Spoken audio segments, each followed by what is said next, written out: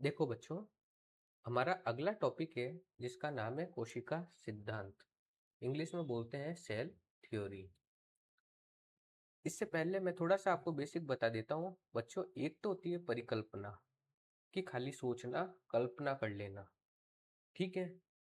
एक होती है अवधारणा, सोच समझ के, कल्पना करके, ऑब्जर्वेशन करके उसको लिख देना, उसको बोलते हैं अवधारणा। और जब हमारी अवधारणा को हम प्रूव कर लेते हैं, ठीक है, उसको बोलते हैं सिद्धांत।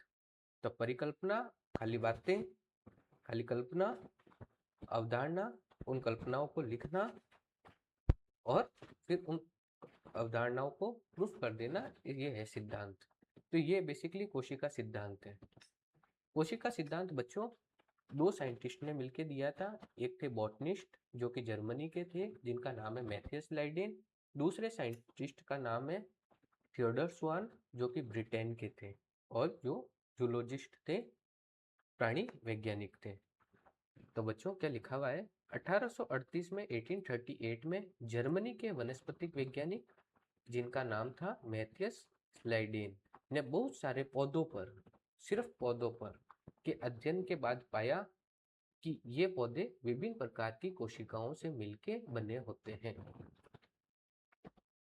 जर्मनी के साइंटिस्ट बेसिकली प्लांट साइंटिस्ट थे, क्योंकि उन्होंने पौधों पे काम किया।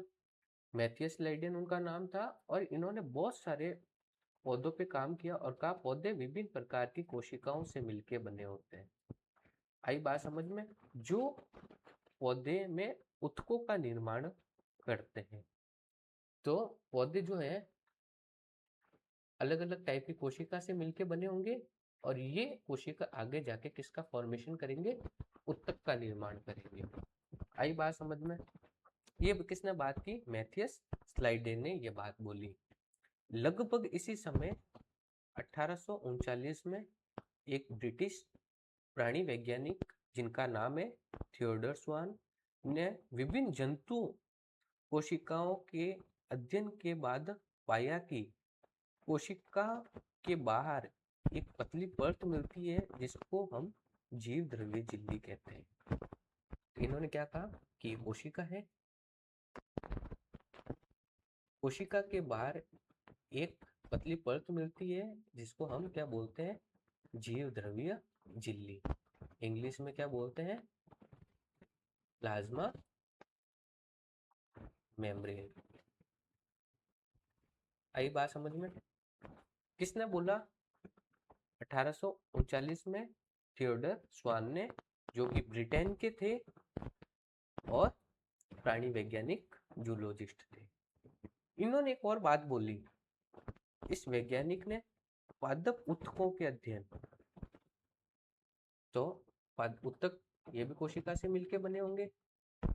तो पादप उत्तकों के अध्ययन के बाद पाया कि पादप कोशिकाओं में कोशिका भित्ति भी मिलती है, जो कि इसका क्या है, यूनिक कैरेक्टर है, जो इसकी क्या है, विशेषता है। तो ये पादप कोशिका, ये जंतु कोशिका हो गई, ये पादप कोशिका।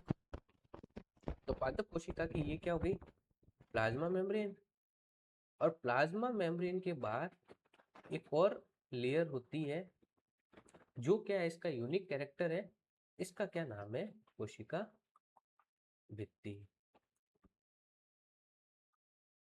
आई बात समझ में? इंग्लिश में बोलते हैं सेल वॉल। तो पॉइंट ये है कि जो मैथियस लाइडेन थे, इन्होंने खाली प्लांट के ऊपर काम किया और जो थियोडर स्वान थे, इन्होंने प्लांट्स और एनिमल दोनों के ऊपर काम किया।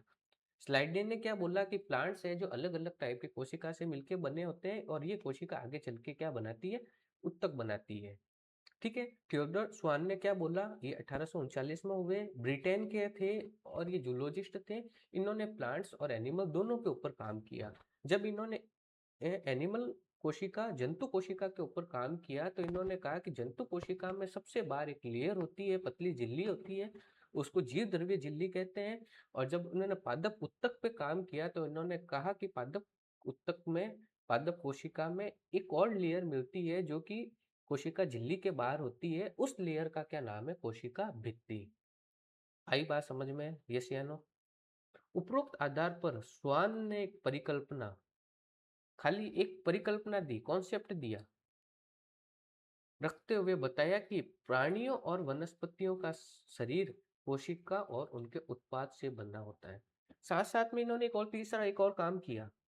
इन्होंने जंतुओं पे भी काम किया, इन्होंने प्लांट्स पे भी काम किया, उन्होंने तीसरी एक परिकल्पना दे दी। इन्होंने कहा कि प्राणियों और वनस्पतियों का शरीर कोशिकाओं और उनके उत्पाद से मिलकर बना है। आई बात समझ में?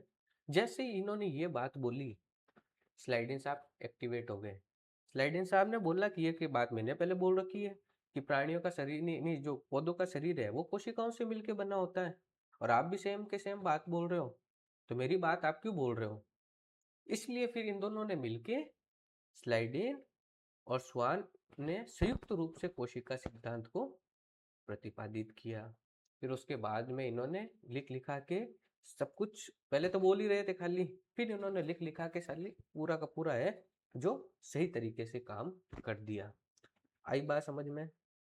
तो ऊपर वाले पैराग्राफ से अगर क्वेश्चन बनना होगा तो कहाँ कहाँ बनेगा? मैथियस स्लाइडेन कौन थे? बॉटनिस्ट थे, वनस्पति वैज्ञानिक। कब हुए? 1838 में हुए।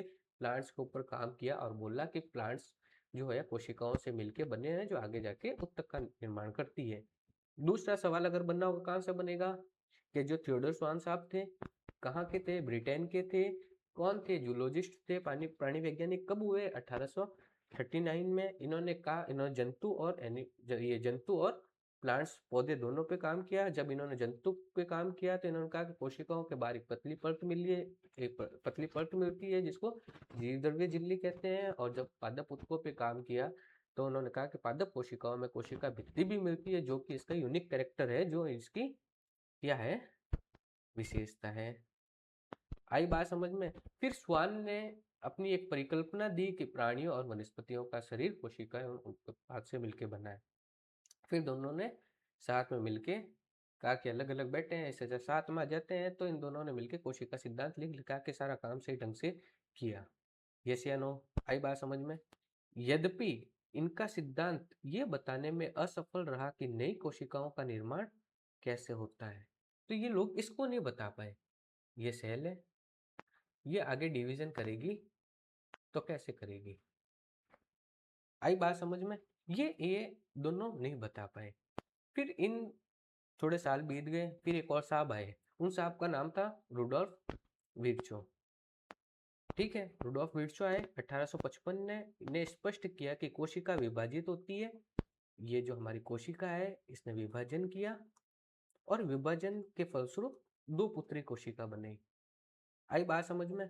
स्पष्ट किया कि कोशिका विभाजित होती है और नई कोशिका का निर्माण, ये जो नई कोशिका है, इन नई कोशिका का जो निर्माण है ये पूर्व स्थित जो पहले से प्रेजेंट थी इस कोशिका से होता है, और नई कोशिका का निर्माण पूर्व स्थित कोशिकाओं के विभाजन से होता है। जो पहले कोशिका थी उनमें विभाजन हो गया, नई कोशिका पुत्री कोशिका बन गई। और इन्होंने एक स्टेटमेंट दिया, ओमनिस सेलुला ई सेलुला। आई बात समझ में? यहाँ पे लिखा हुआ है ओमनिस सेलुल ई सेल्यूल। ये स्टेटमेंट किसने दिया? रुडोल्फ विर्चो ने। कब दिया? 1855 में। क्या बताया? कि जो नई कोशिका बनती है जो पहले से एग्जिस्ट कर रही है उस कोशिका के विभाजन से बनती है। यस या नो?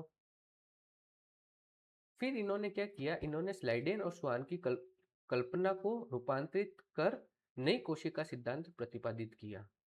तो स्लाइडेन और स्वान का तो क्या था? उनका ये था कि जीव कोशिका एवं उनके उत्पाद से बनते हैं। इन्होंने एक लाइन और जोड़ दी कि जो भी कोशिका है वो पहले से जो एग्जिस्ट कर रही थी उस कोशिका में जब विभाजन होगा तो नई कोशिका बनेगी। इन्होंने स्लाइडेन और स्वान की कल्पना को रूपांतरित कर नई कोशिका सिद्धांत को प्रतिपादित किया। वर्तमान समय के परिप्रेक्ष्य में कोशिका सिद्धांत, प्रेजेंटिंग सेल थ्योरी क्या है? सभी जीव कोशिका एवं उसके उत्पाद से मिलकर बने होते हैं एवं सभी कोशिकाएं पूर्व स्थित कोशिका से निर्मित होती है। आई बात समझ में? तो अगला जो पैराग्राफ है इससे अगर क्वेश्चन बनना होगा तो क्या बनेगा कि रुडोल्फ विर्चो ने 1855 में कोशिका के विभाजन की थ्योरी दी और बोला कि कोशिका का विभाजन है जो नई जो पूर्व स्थित कोशिका से नई कोशिका मिलकर बनती है, और उन्होंने एक स्टेटमेंट दिया ओमनी सेलुला ए सेलुला। फिर इन्होंने सेल थ्योरी में मॉडिफिकेशन कर दिया। पहले वाली लाइन क्या थी कि सभी जीव कोशिकाएं उसको उत्पाद से मिलकर बने हैं। नई लाइन एक और जोड़ दी, सभी कोशिकाएं पूर्व स्थित कोशिका के विभाजन से बनती है। यस या नो? आई बात समझ में बच्चों? कोशिका का समग्र अवलोकन ये हम लोग नेक्स्ट क्लास में करेंगे। ठीक है बच्चों? ठीक है फिर।